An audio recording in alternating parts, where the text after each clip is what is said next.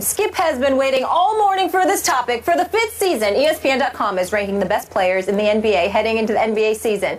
And the 25th through 21st players were revealed on Wednesday. Let me read those to you. Number 25, DeAndre Jordan, followed by Al Horford. At 23 is Tim Duncan, then Chris Bosh.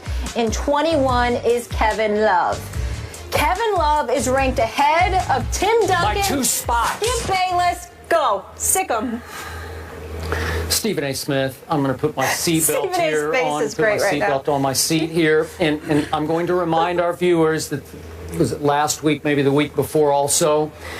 We debated the rankings by this, what I reminded you of, an esteemed panel of our ESPN colleagues, more than 100 of them, writers and editors and analysts, who ranked Kobe Bryant 93 and Dwayne Wade 46. And you were just all over this panel. And I said, be careful here, be careful. These are your colleagues, highly respected colleagues. And now I'm wondering today, who are these people and what are they trying to do to Tim Duncan? This is the biggest joke in the history of jokes, that Kevin Love would be ranked 2 slots ahead of the great Tim Duncan. I mean, we just talked about Tom Brady. Listen, Tim Duncan is in the echelon. He's somewhere in the discussion. I'm comparing apples to oranges, but with Tom Brady. Tim Duncan, by the way, Stephen A. Smith, had one of his greatest years ever last year when he was the best player on my very talented San Antonio Spurs. Meanwhile, Kevin Love, who had toiled in the shadows in Minnesota for year after year, 6 years there, been a star on a bad team. And it was a bad team because he couldn't lift it into the playoffs one time. And I realized he averaged 19 and 12 when he was in Minnesota. And last year for the Cleveland Cavaliers in his first year, he averaged 16 and 10. I'm here to remind you that 16 times last year, Kevin Love did not play in the fourth quarter by the choice of his coach. 16 times. His coach said, we don't need you in the fourth quarter. And I'm assuming between the lines he's saying because you can be a little bit of a liability because you're not the clutchest guy. And the reputation of Kevin Love in Minneapolis was he didn't always want to take and certainly make the big shots at the big moments. Not that they had that many, but any of the big late shots in regular season games was not Kevin Love's forte. And need I remind you about this thing called playing defense? Kevin Love has never played any defense. They tried to get him to play a little bit last year, while Tim Duncan remained last year at age 38 the best rim protector in all of basketball. We could argue this all day and all night. I watch every game. Nobody guards the rim better than Tim Duncan. No jumping Tim Duncan. No dunking Tim Duncan.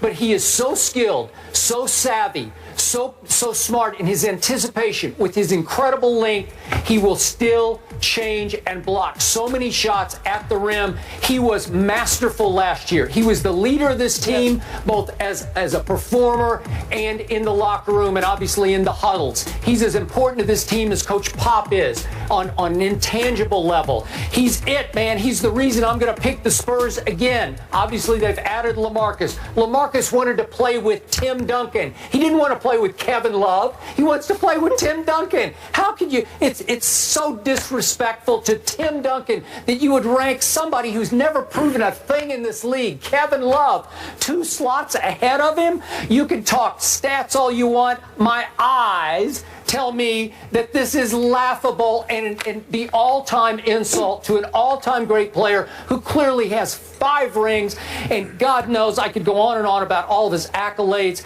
They don't matter anymore because I'm talking right here, right now.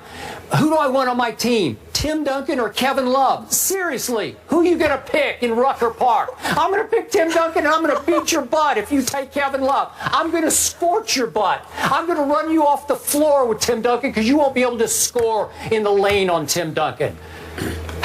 I have unleashed and I feel better. Thank you very much for letting me do that. I'm glad you got that off your chest. Last time we saw Tim Duncan, first thing was game 2 after they had lost game 1 by 15 to the Clippers in the first round. Second game, that age-old dinosaur known as Tim Duncan had dropped 28 and 11 on the Los Angeles Clippers. They won that game by 4 in Los Angeles. That game 7, back at the Staples Center. Thank you. Where Chris Paul drove into the lane and hit that bank shot to win that first-round series, which is one of the biggest wins in Clippers history. Tim Duncan walked off the court as San Antonio's best player, having scored 27 points, 11 rebounds. What was it, on 11 of 17 shooting from the field? This is what he has done.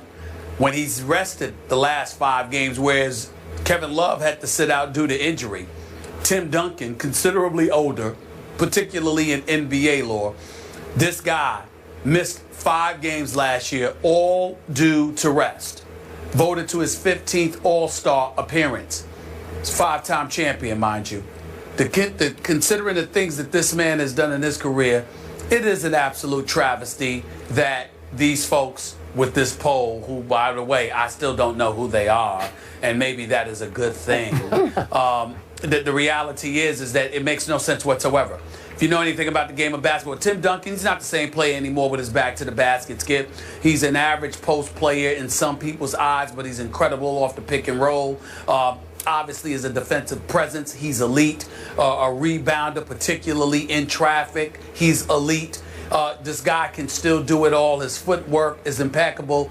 He knows what he's doing. He's incredibly savvy. Kevin Love is not in Tim Duncan's class. Kevin Love can play. Kevin Love can ball. Kevin Love can certainly shoot 3-pointers. But at this juncture, considering his bevy of injuries, one will call Kevin Love simply a spot-up shooter in this day and age. Correct. And that's just about it, which is one of the biggest reasons why Tristan Thompson was raising holy hell about getting his money, and congratulating him for finally getting that 5-year, $82 million deal.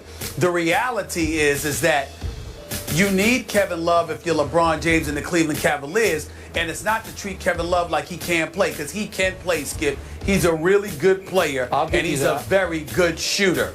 He's just not in the same class as Tim Duncan. Not in skill, not in IQ on the basketball court, and clearly not in accomplishments. So I don't know what the hell this .com staff or individuals were thinking. But once again, rather than bloviate and get all demonstrative and bombastic and all of that, I will simply end by saying this. I have absolutely, positively no connection to the folks conducting this poll whatsoever.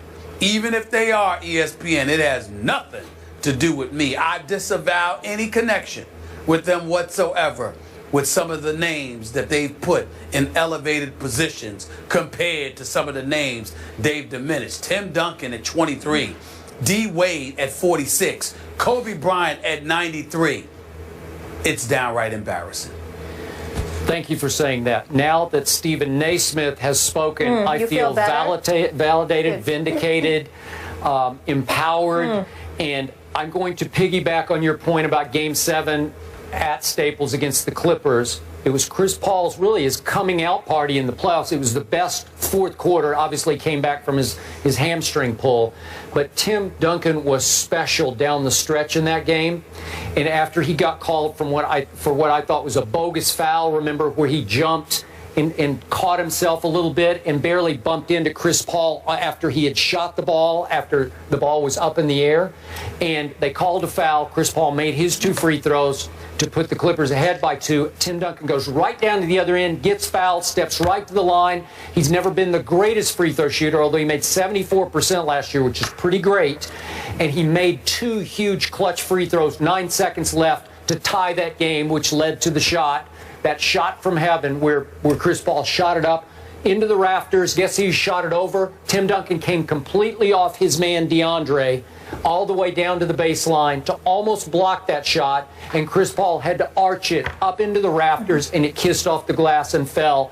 Way to go, Clippers. You deserved it. You knocked off the Spurs Game 7. But listen, Tim Duncan is still, he's so special as a passer. He averaged 3 assists last year. No better passing big man in basketball. So Kevin Love is not a passer. He's not a defender. He's not a rim protector. He's never led a successful team. No, also. Clearly, and he's not even a fourth quarter player. I think I just closed my case. Thank you. You did. Case closed. Moving on, a little NFL action to get into. The defending NFC champions have lost 4 of 6 games this season, so can Seattle right the ship? We need to get Mark Schleris for this one, our former Super Bowl champ, to help this conversation. Seahawks, that's next. Ouch. Hello, Mark.